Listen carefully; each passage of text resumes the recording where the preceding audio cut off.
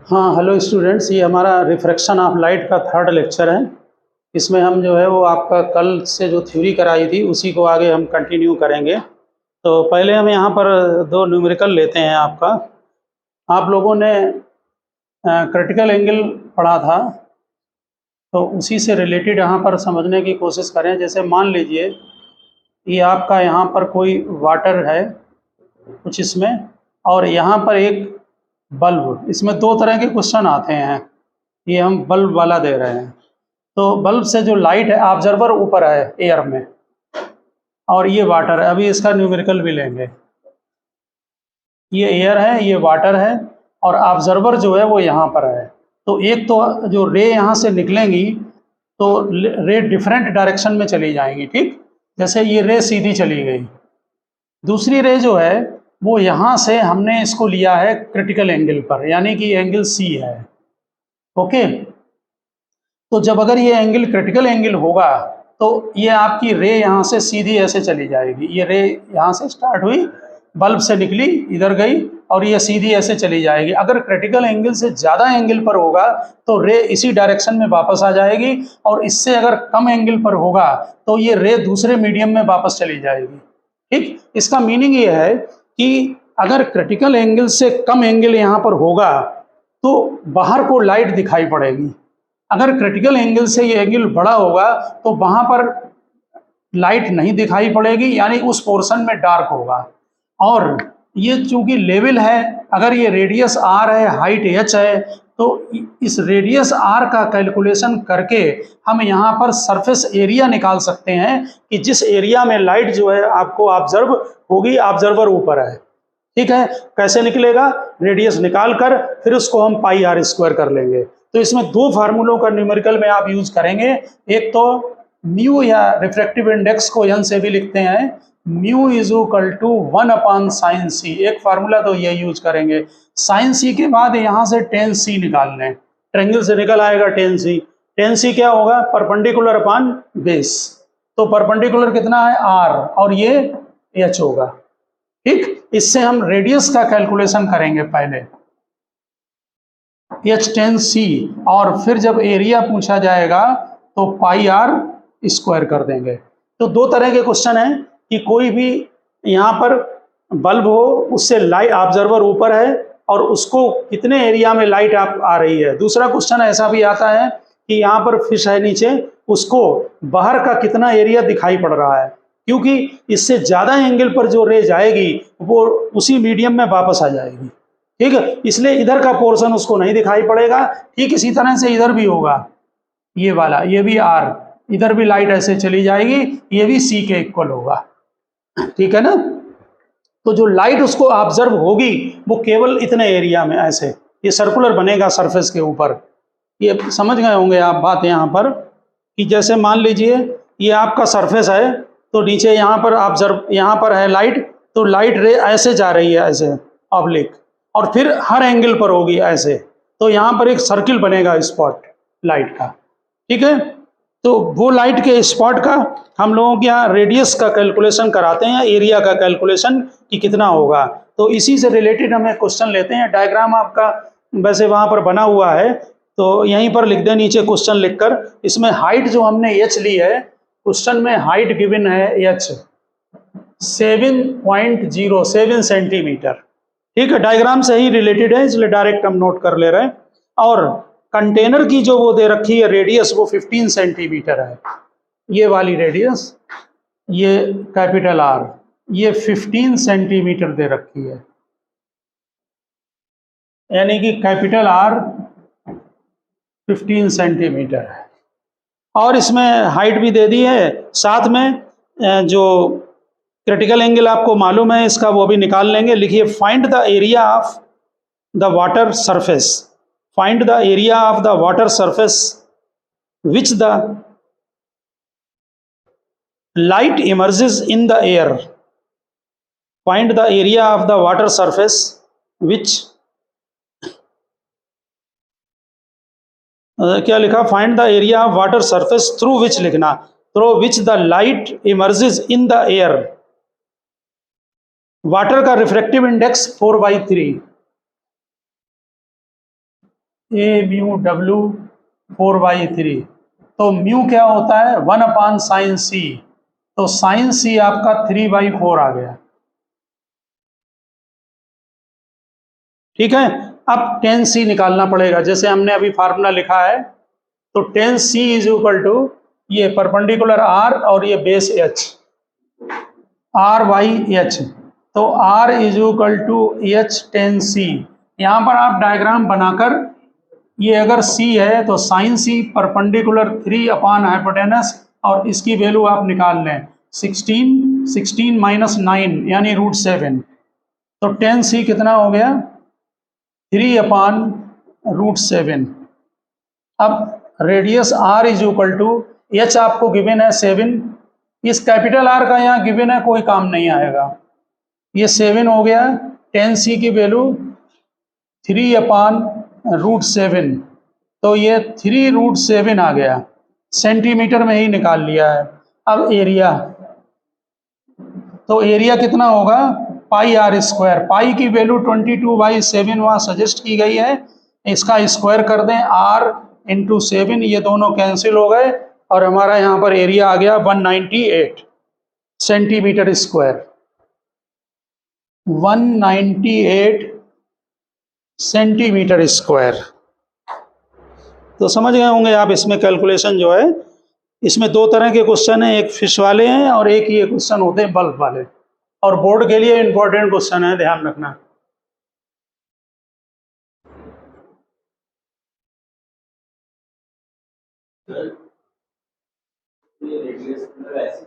दे दिया है data, capital R दे दिया, उसका यूज नहीं हुआ, कंटेनर की रेडियस का कोई यूज नहीं है, डाटा दे देते हैं कभी कभी न्यूमेरिकल में।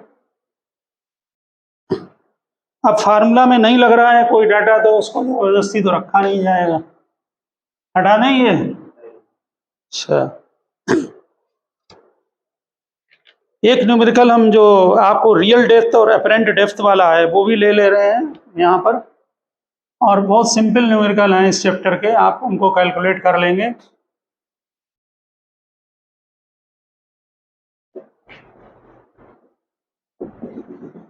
ये दो लेयर हैं, एक ग्लास की है और दूसरी वाटर है, 6 और 4 सेंटीमीटर इनकी डेप्थ है, ये 6 सेंटीमीटर थिकनेस है और ये 4 सेंटीमीटर थिकनेस है। ऑब्जेक्ट यहाँ पर है,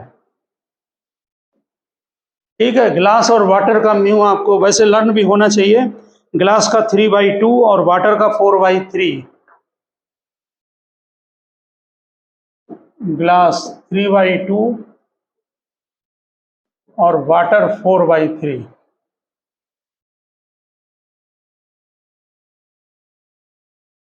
तो what is the apparent position of object, apparent position निकालनी है ऑब्जेक्ट की। लिखिए what is the apparent position of object, what is the apparent position of object. इसका मतलब डी अपरेंट पूछा है, तो आपको ध्यान होगा कल फार्मूला d1/μ1 d2/μ2, कई लेयर हो डायरेक्ट लगाते जाइए फार्मूला। तो d1 वाटर की थिकनेस ले ली 4 और वाटर का रिफ्रैक्टिव इंडेक्स 4/3 प्लस d2 6 और ग्लास का रिफ्रैक्टिव इंडेक्स 3/2, तो ये 4 कैंसिल होके 3 हो गया और ये 4 ये आ जाएगा, ये 7 सेंटीमीटर आ गया, ठीक। ये अपरेंट पोजीशन है और रियल डी रियल कितना है 10 सेंटीमीटर, 6 + 4 10। अब शिफ्ट निकालना है, तो शिफ्ट डी रियल में से डी अपरेंट को माइनस कर दें, यानी 10 - 7 3 सेंटीमीटर।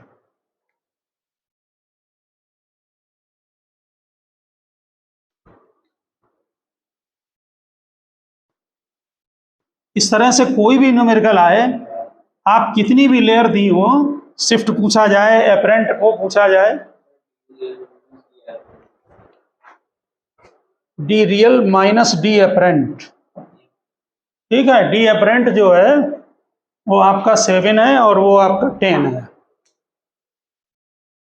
कल हम लोगों ने टोटल इंटरनल रिफ्लेक्शन को लिखा था और क्रिटिकल एंगल लिखा था। ये टोटल इंटरनल रिफ्लेक्शन के ही जो है वो कुछ एप्लीकेशन आपको नोट कराएंगे। लिखिए आप application of total internal reflection, application of total internal reflection.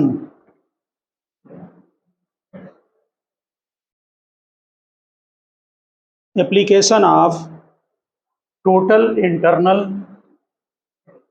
Reflection.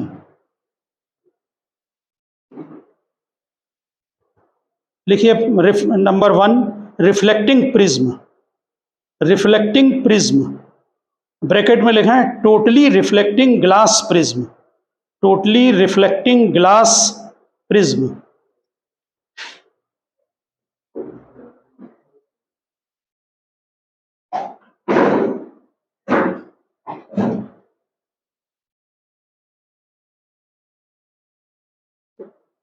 ये हमारा 90 डिग्री, 45 डिग्री, 45 डिग्री प्रिज्म है, ठीक है।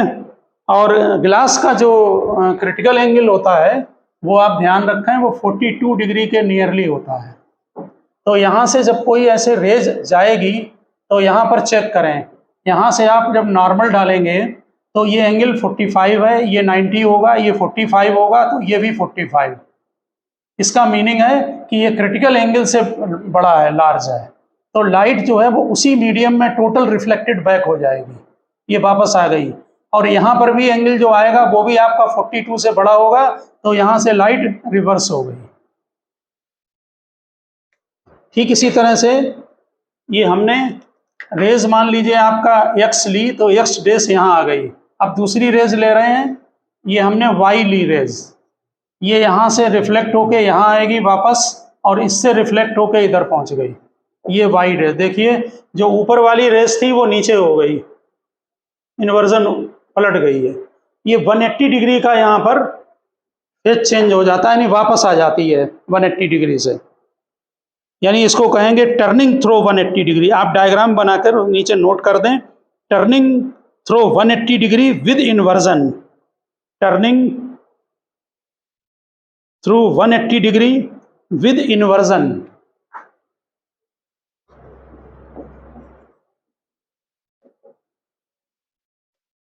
Turning through 180 degree with inversion. आप इन्वर्जन समझ गए होंगे, ये जो रे ऊपर थी वो ये आपकी नीचे हो गई।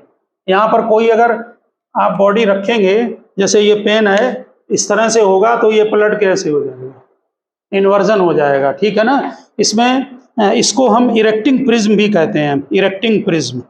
इरेक्ट कर दिया, बॉडी अगर इन्वर्ट है तो उसको इरेक्ट कर दे, इरेक्टिंग प्रिज्म। और नीचे लिख दें use in prism binoculars and camera, used in prism binocular and camera. Use ध्यान रखना, प्रिज्म बाइनाकुलर्स एंड कैमरा।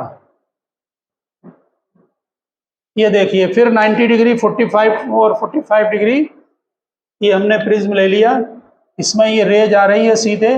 ठीक इसी तरह से ये भी आपकी जो है वो यहाँ से रिफ्लेक्ट होके सीधे नीचे आ, ये तो 0 डिग्री पर है इसलिए सीधे चली जाएगी। एक रे हमने ये x ली, ये x वाली ये आ गई। अब दूसरी ले लो, ये y रे, ये आपकी रिवर्स होके यहाँ आ गई, ये वाली x है और ये y है। तो इसने जो है वो 90 डिग्री पर टर्निंग कर दिया, ये टर्निंग थ्रो 90 डिग्री है। ये सब यूज हैं टोटल इंटरनल रिफ्लेक्शन के, टर्निंग थ्रू 90 डिग्री। और इसमें जो यहाँ पर लिख देना turning through 90 degree, use in periscope, use in periscope. पहला था प्रिज्म बाइनाकुलर्स में और कैमरा में यूज है उसका, फर्स्ट वाले का। सेकंड में लिखा है use in periscope where total reflection, where total reflection is used, where total reflection is used by prism in place of plane mirror. इसमें फ़ायदा ये होता है शाइनिंग बहुत होती है टोटली इंटरनल रिफ्लेक्शन में। In place of plane mirror की जगह इसका यूज करते हैं। और तीसरा एक डायग्राम और बना ले, ये है, इसमें ये 90 डिग्री और ये उसी प्रिज्म को डिफरेंट एंगल से रखा है, ये 45 डिग्री। ठीक है, इसमें जो रे लाते हैं, ये रे ऐसे आकर यहाँ से रिफ्लेक्ट होकर इधर आएगी और यहाँ से इसमें रिफ्लेक्ट होती और ऐसे चली जाती सीधी।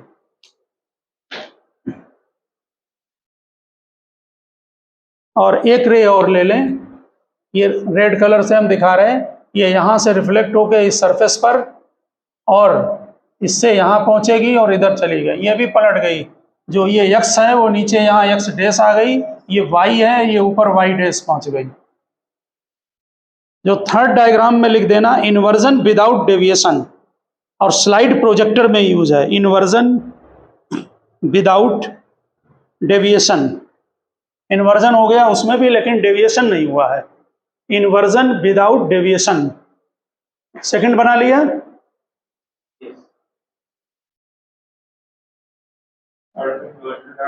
हाँ, और यूज लिख दें in projector, use in projector.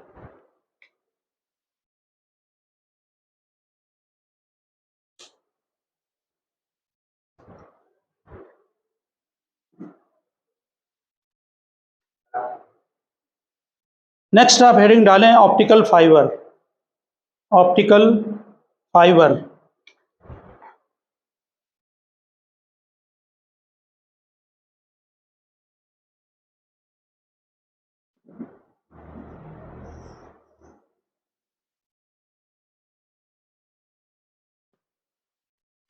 ये अंदर की जो ऑप्टिकल फाइबर का जो अंदर की लेयर है वो दिखाई गई है।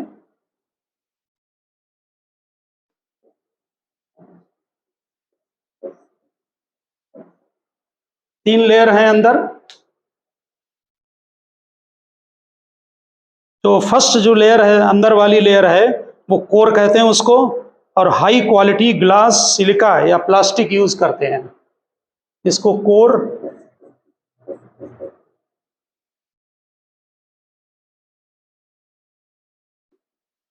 High quality plastic, silica, high quality plastic, silica या ग्लास। हाँ, ये सही है, ये भी टोटल इंटरनल रिफ्लेक्शन का ही पार्ट है, इसको यहाँ पर लिख दे रहे हैं। जो इनर पोर्शन है उसको कोर कहते हैं, वो बना है आपका ग्लास, सिलिका या प्लास्टिक का। सेकंड CORE वो लिखा है यहाँ पर, ई। दूसरा क्लैडिंग है, इसका रिफ्रैक्टिव इंडेक्स μ1 ले लो।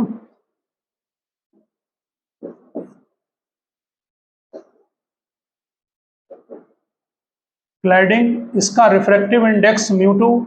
इसका रिफ्रैक्टिव इंडेक्स जो μ2 है ये लेस देन μ1 होगा, जिससे कि टोटल इंटरनल रिफ्लेक्शन हो, डेंसर से रेयर में मीडियम में जाएगी। ये भी प्लास्टिक जैकेट है बना हुआ, प्लास्टिक जैकेट।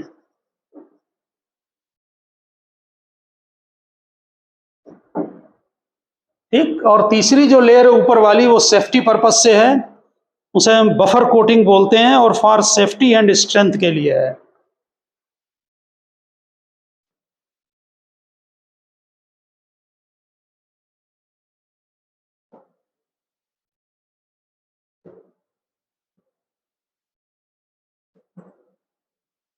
जिन लोगों के यहाँ ये सिलेबस में है तो बोर्ड के लिए इम्पोर्टेंट है, ये बोर्ड में आता है काफ़ी, इसलिए इसकी थ्योरी, एप्लीकेशन और वो सारा जो है वो लर्न रखना टोटली। ये आपका कंस्ट्रक्शन हो गया, 3 लेयर हैं इसमें। प्रैक्टिकली इसमें क्या होता है कि जो आपने ये बनाया है लेयर, इसमें ये वाली एक लेयर जो ये दे रखा है, हाँ क्लैडिंग है, CLADDING लिखा, क्लैडिंग, उसका μ2 लेस देन μ1। जनरली म्यू1 1.52 और म्यू2 1.48 है। म्यू1 1.52 और म्यू2 1.48। यहाँ पर देखें, ये जो कोर में जब कोई सिग्नल जाता है अंदर, तो अंदर का रिफ्रैक्टिव इंडेक्स म्यू1 है और इसका रिफ्रैक्टिव इंडेक्स म्यू2 है। तो जो अंदर जो रे जाती है रे, वो अंदर अंदर टोटल इंटरनली रिफ्लेक्टेड होती रहती है। आप इसको चाहे ट्विस्टेड करें, कुछ भी करें, ऐसे बिना एब्जॉर्प्शन के रे जो है वो बाहर निकल जाती है यहाँ से। समझ गए ना? यानी टोटल इंटरनल रिफ्लेक्शन अंदर होता रहता है। बाहर की लेयर क्लैडिंग है, अंदर वाली कोर है। म्यू हमने आपको जनरली लिखा दिया है।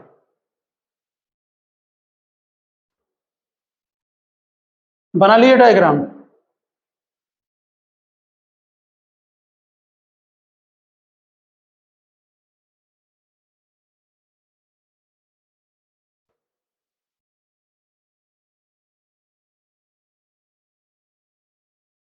बना लिया।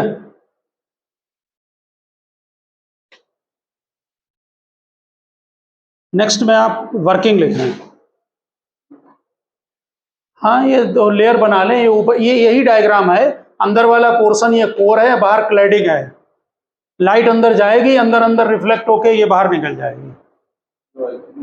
वर्किंग में लिखना नीचे यहाँ लिखें, light incident on one end of the fibre. Light incident on one end of the fiber at a small angle enters the fiber. Light incident on one end of the fiber at a small angle enters the fiber after refraction.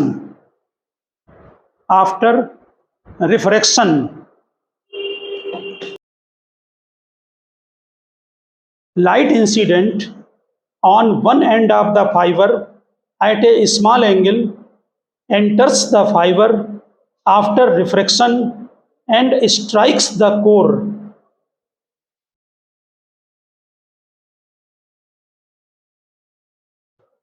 Oblique cladding interface। ये हमारा बीच वाला core है, ये ऊपर cladding है, ये इनका interface है। तो लाइट जब अंदर गई तो यहाँ पर इंटरफेस पर स्ट्राइक किया। यहाँ एंगल क्या होगा? Greater than critical angle. ठीक, लिखिए, light entering at one end of the fibre at a small angle enters the fibre after refraction and strikes the core oblique cladding interface at an angle of incidence greater than critical angle. कहाँ पर है? Light incident at one end of the fibre at a small angle light incident at one end of the fiber at a small angle enters the fiber after refraction and strikes the core oblique cladding interface at an angle of incidence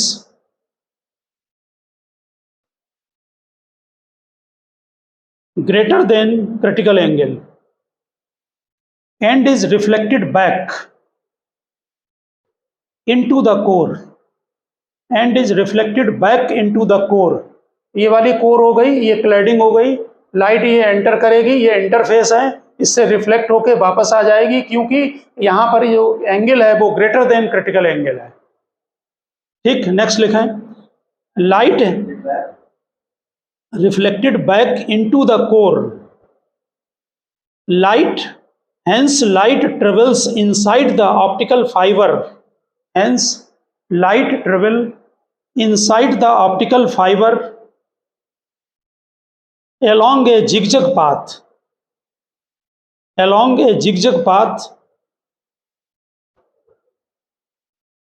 it finally comes out of the fiber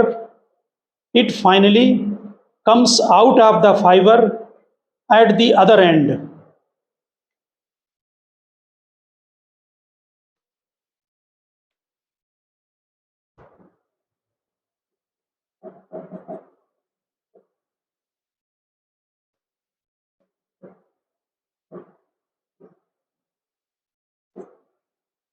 हाँ लिखा,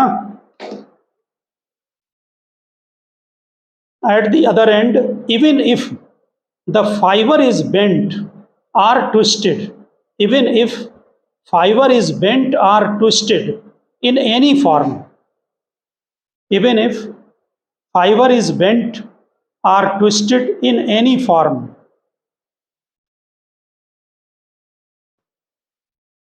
there is almost no loss of light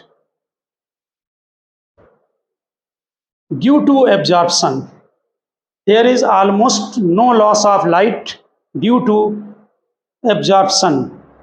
नीचे application लिखें, application.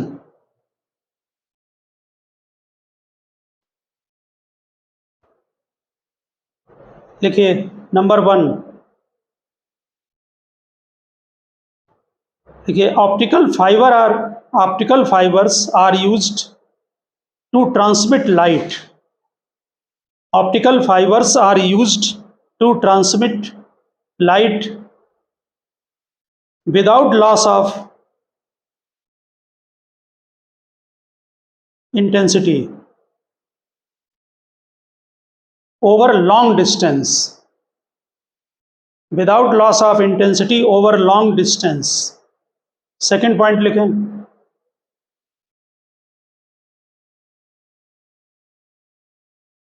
It is used in endoscopes. Endoscopy होती है ना, उसमें use होता है, वो अंदर देखते हैं इंटेस्टाइन में। Used in endoscopes. Third, it is used in telecommunication.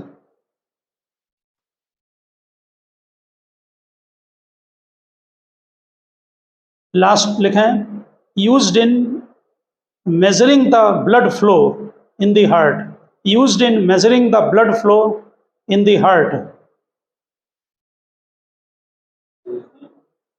measuring the blood flow in the heart।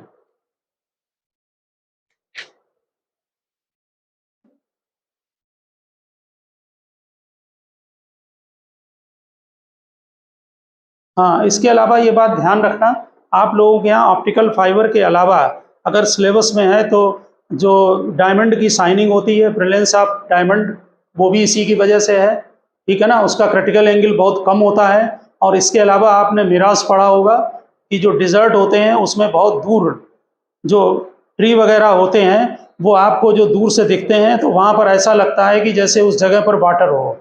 अगर आप कहीं लॉन्ग रोड पर बस में बैठे हुए हैं तो उस रोड में भी बहुत अगर लॉन्ग डिस्टेंस पर देखें तो ऐसा दिखाई पड़ता है जैसे वहाँ पर वाटर हो, उसको मिराज बोलते हैं। तो मिराज में और ब्रिलियंस ऑफ डायमंड है, इनको भी आप ध्यान रखना। ये सब यूज टोटल इंटरनल इसके हैं, रिफ्लेक्शन के हैं, ठीक है ना। और एक और आप हेडिंग डालें इसके बाद, देखिए phenomena related to refraction of light, phenomena related to refraction of light. ये भी आप केवल ध्यान रखें कि कौन से फिनोमिना, ध्यान रखना कि टोटल इंटरनल रिफ्लेक्शन से रिलेटेड हैं और कौन से फिनोमिना रिफ्रैक्शन ऑफ लाइट से रिलेटेड हैं, जिससे कि ऑब्जेक्टिव में मिस्टेक ना हो। लिखिए phenomena related to refraction of light. लिखिए number 1, sun is visible to us. Number 1, sun is visible to us before actual sunrise. Sun is visible to us before actual sunrise and after actual sunset, and after actual sunset। Second point लिखें,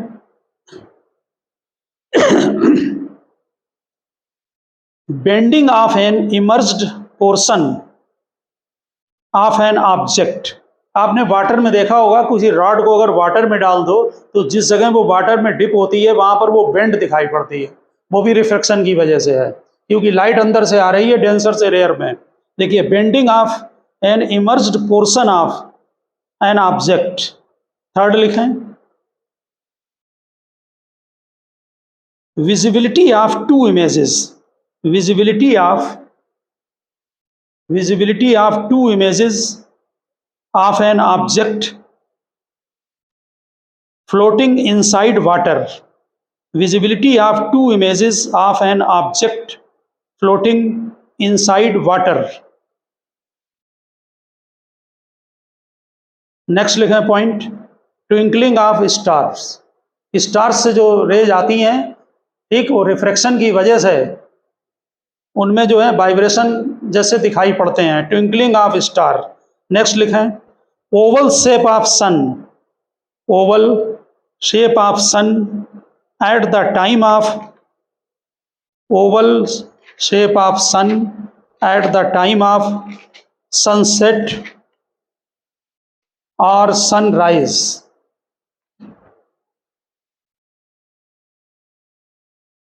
लिखा। Next में हम आपको deviation versus, लिखिए, deviation versus incidence graph, deviation versus incidence graph. पहले तो यहां पर आप समझ लें कि डेविएशन का मीनिंग क्या होता है। जैसे मान लीजिए आपकी ये कोई रे ऐसे जा रही है, तो नॉर्मल से ये एंगल आई हो गया आपका, ठीक है। यहाँ पर अगर यहाँ मीडियम चेंज नहीं होता, चलो हम इसको एयर ले रहे हैं और इसको वाटर ले रहे हैं, तो ये अवे फ्रॉम नॉर्मल हो जाएगी, यानी कि ये इस डायरेक्शन में चलेगी वैसे, ठीक है। आपको मालूम होगा ये एंगल कितना है, आर है। अगर यहाँ पर मीडियम चेंज नहीं होता तो ये रे ऐसे सीधे चली जाती, तो ये जो एंगल है ये डेविएशन एंगल कहलाता है,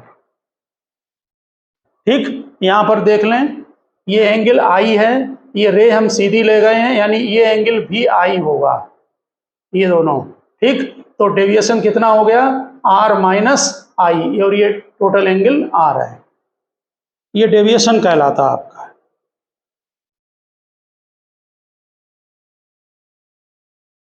तो जब किसी सरफेस पर, ये हमारा क्रिटिकल एंगल है आई सी, सी से मतलब क्रिटिकल है, जब किसी सरफेस पर रे स्ट्राइक करती है, यहाँ पर ध्यान दें, और ये एंगल जब क्रिटिकल एंगल होता है तब रे यहाँ पर 90 डिग्री पर चली जाती है, ठीक है। थोड़ा सा ग्राफ समझने के लिए इस चीज़ को समझने की कोशिश करें।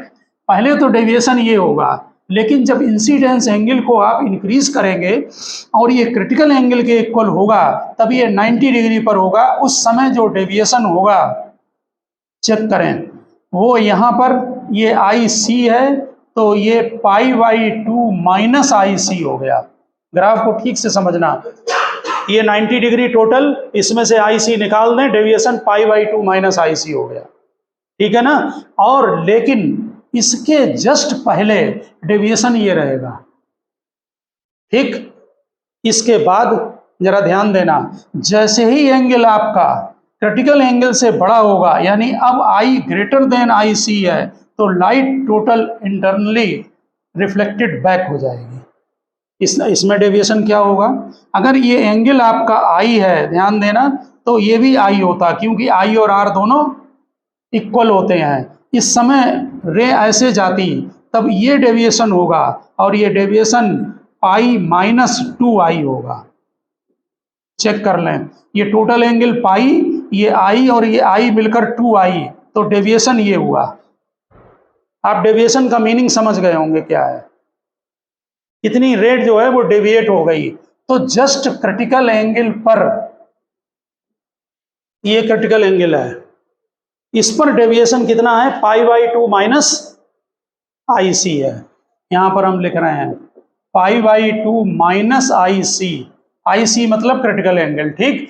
लेकिन इसके जस्ट बाद यहां पर क्रिटिकल एंगल तुरंत जंप करेगा, तब कितना हो जाएगा, अभी हम ग्राफ बना रहे हैं, तब π-2 आई, इंसिडेंस एंगल वेरी कर रहा है, ठीक। तो पहले हमने केवल 2 पॉइंट पर बनाया है, अब यहां पर आप ग्राफ समझ लें।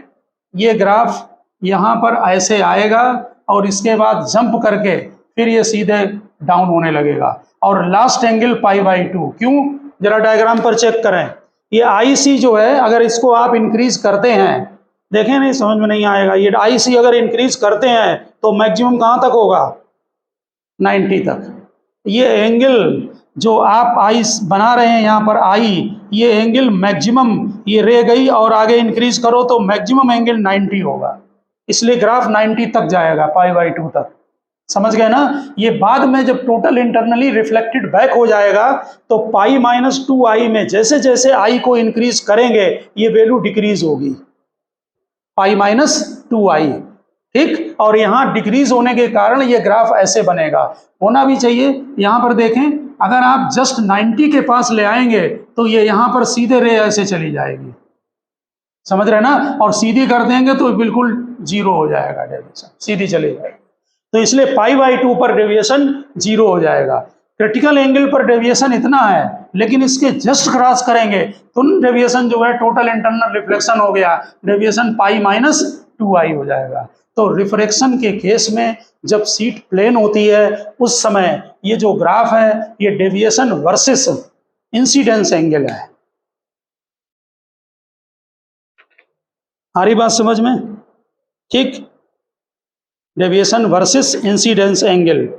तो ओके स्टूडेंट, हमारा रिफ्रैक्शन की थ्योरी यहाँ पर हम इसको क्लोज करते हैं। नेक्स्ट लेक्चर में हम रिफ्रैक्शन बाय कर्व्ड सरफेस कराएंगे। ओके, तो मिलते हैं नेक्स्ट लेक्चर में।